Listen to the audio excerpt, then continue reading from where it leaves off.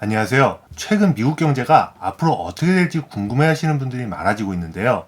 미중 무역 분쟁으로 미국 경제도 적지 않은 타격을 입고 있는 데다 최근까지 나홀로 호황을 누려왔던 미국 경제가 글로벌 금융위기 이후 10년 넘게 이어진 장기 호황을 끝내고 또다시 경기 침체 국면에 접어드는 것이 아니냐는 우려가 커지고 있기 때문입니다. 사실 미국 경제를 전망하는 것은 매우 중요한데요. 미국의 경기 상황과 통화 정책은 미국뿐 아니라 글로벌 경제와 자산 시장에 큰 영향을 미치기 때문입니다. 미국 경제가 잘 나가면 미국으로 수출하는 국가들의 경제가 회복되고 반대로 미국 경제가 침체하면 미국 시장 의존도가 큰 신흥국 경제도 큰 타격을 입습니다. 이는 미국의 통화 정책에서도 마찬가지인데요. 미국이 금리를 높이면 안전자산인 달러에 대한 수요가 늘어나면서 글로벌 자금이 미국으로 유입되어 신흥국에서 자본 유출이 발생합니다. 특히 우리나라의 경우 미국으로 직접 수출하는 것뿐 아니라 중국을 통해서 간접적으로 수출하는 물량이 많고 주식 및 채권 시장에서 미국 등 외국인의 비중이 높아 미국의 정책 변화에 따라 큰 영향을 받습니다. 그렇다면 앞으로 미국 경제는 어떻게 될까요? 이를 판단하기 위해서는 우선 현재 미국 경제가 어떤 상황인지 살펴볼 필요가 있습니다. 잘 알려져 있듯이 미국 경제는 2008년 글로벌 금융위기 이후 초저금리 정책과 양적 완화를 펼쳐 경기를 부양해 왔습니다. 미국의 기준금리는 거의 제로금리라고 할 수 있는 0.25%까지 낮아졌고 세 차례에 걸친 양적 완화를 통해 글로벌 금융위기 직전 8천억 달러 수준에 불과했던 미 연준의 보유자산은 한때 4조 5천억 달러까지 불어났습니다. 이러한 경기 부양을 통해 경제가 살아나고 고용이 회복되자 미 연준은 2015년 말부터 기준금리를 인상하기 시작했는데요. 미국 경제의 성장세가 견고하다는 판단하에 그동안 0.25%로 낮아져 있었던 기준금리를 2018년까지 9차례에 걸쳐 2.5%까지 인상했습니다. 금리 인상을 통해 경기가 과열되는 것을 막고 다음번 경기 침체에 대응할 수 있는 금리 인하 여력을 확보하기 위한 조치였습니다. 이와 함께 양적 완화 정책으로 시중에 풀렸던 막대한 유동성을 흡수하기 위해 미 연준은 2017년 말부터 보유자산을 축소하기 시작했는데요. 이에 한때 4조 5천억 달러를 넘어섰던 미 연준의 보유자산은 4조 달러 아래로 떨어졌습니다. 하지만 2018년 하반기부터 미중 무역 분쟁이 심화하고 유럽 등 글로벌 경기가 둔화하면서 지금껏 나홀로 호황을 누리던 미국 경제에 대한 불안감이 커지고 있으며 실제로 최근 들어 미국의 장기 호황이 거의 막바지에 이르렀다는 신호가 감지되고 있습니다. 미국의 9월 ISM 제조업 지수는 47.8을 기록하며 2009년 6월 이후 최저 수준으로 떨어졌습니다. 지난 8월 3년 만에 처음으로 50 이하로 떨어진 데 이어 9월에도 하락세를 이어간 것인데요.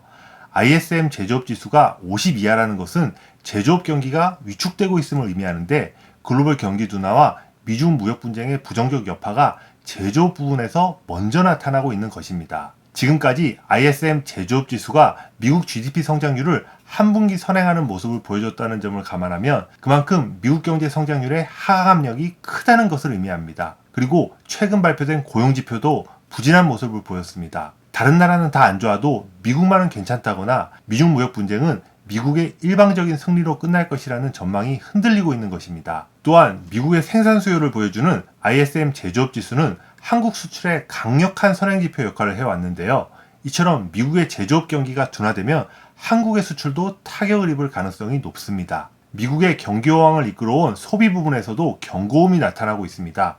미 상무부에 따르면 지난 8월 소비 지출 증가율은 전월 대비 0.1% 증가하는 데 그치며 시장 예상치를 크게 밑돌았습니다. 지난 7월 소비 지출 증가율도 당초 0.6%로 발표되었으나 0.5% 증가로 하향 조정되었습니다. 미중 무역 분쟁에 따른 제조업 부진이 소비 부분에 부담으로 작용하고 있는 것입니다. 특히 미국 전체 소비 지출의 절반을 차지하는 소득 상위 10% 부유층이 부동산, 자동차 등에서 지출을 줄이면서 미국 경기 확장세에 위협이 되고 있습니다. 이를 반영하듯 최근 컨퍼런스 보드가 발표한 9월 소비자 신뢰지수 역시 시장 예상치를 크게 밑도는 125에 그치며 9개월 만에 가장 큰 낙폭을 기록했습니다. 대내의 불확실성이 커지면서 소비 심리가 위축되고 있는 것입니다. 미국은 소비 지출이 GDP에서 차지하는 비중이 70%에 육박해 기업 투자나 수출보다 훨씬 경제 성장에 대한 기여도가 높아 내수 소비가 위축될 경우 미국 경제의 하방 압력도 커질 수밖에 없습니다. 지난 2분기에 미국 GDP 성장률이 2%로 그나마 양호하게 나온 건 역시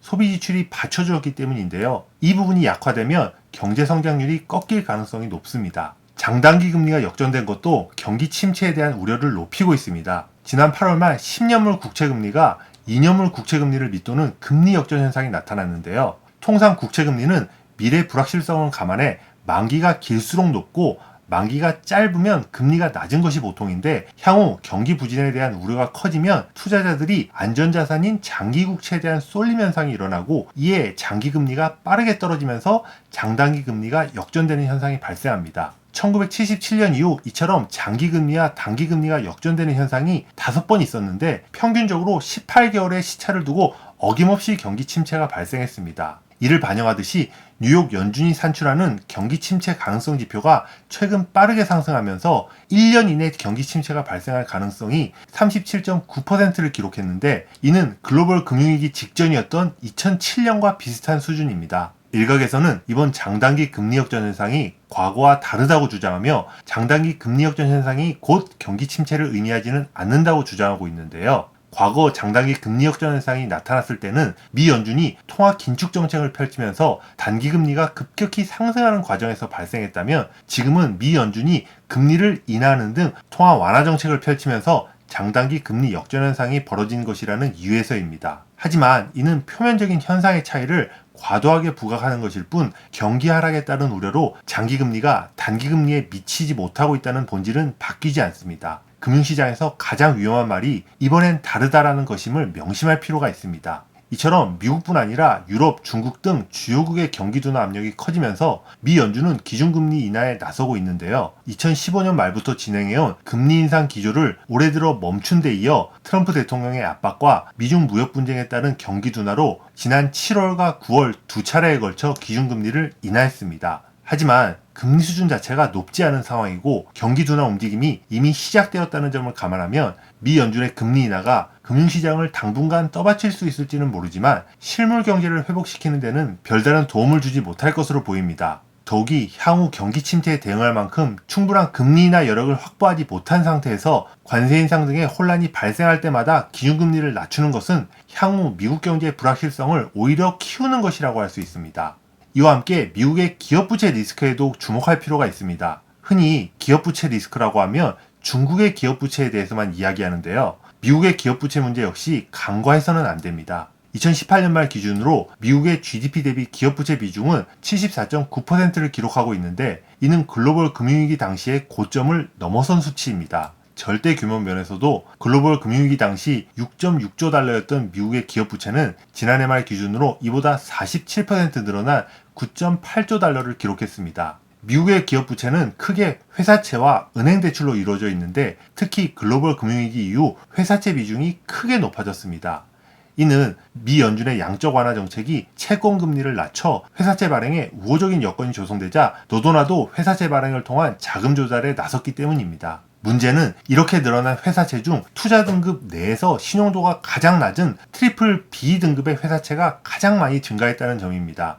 정상적으로는 은행 대출을 받지 못하는 기업들이 채권 시장이 화랑을 보이자 그 틈을 활용해 회사채를 통한 자금 조달에 나선 것인데요. 참고로 회사채는 크게 투자 등급과 정크본드로 나뉘는데, 트리플 B 등급은 정크본드인 BB 등급의 바로 윗단계입니다. 트리플 B 등급 회사채는 2008년 0.8조 달러에서 2018년 2.7조 달러로 3배 넘게 증가하며 전체 회사채 시장의 절반가량을 차지하고 있습니다. 그나마 경제가 성장하고 기업 이익이 늘어나고 있는 상황이라면 부채가 느는 것이 큰 문제가 안 되지만, 경기가 꺾이고 기업 실적이 둔화하면 회사채의 만기 연장에 문제가 발생할 가능성을 배제할 수 없습니다. 이렇게 되면 저금리 기조로 국채금리가 하락하는 상황에서도 투기 등급의 채권금리가 상승하며 전체 금융시장의 불안 요인으로 작용할 것으로 예상됩니다. IMF 역시 지난 6월에 발간한 보고서에서 다음번 위기의 진원지 중 하나로 미국의 기업 부채를 지목한 바 있습니다. 결론적으로 지난 글로벌 금융위기 이후 장기 호황을 누려왔던 미국 경제가 성장이 둔화되는 변곡점에 접어들었다는 신호가 뚜렷해지고 있습니다. 유럽 등 주요국의 경기 부진이 지속되는 가운데 미중 무역 분쟁으로 미국의 제조업이 타격을 입으면서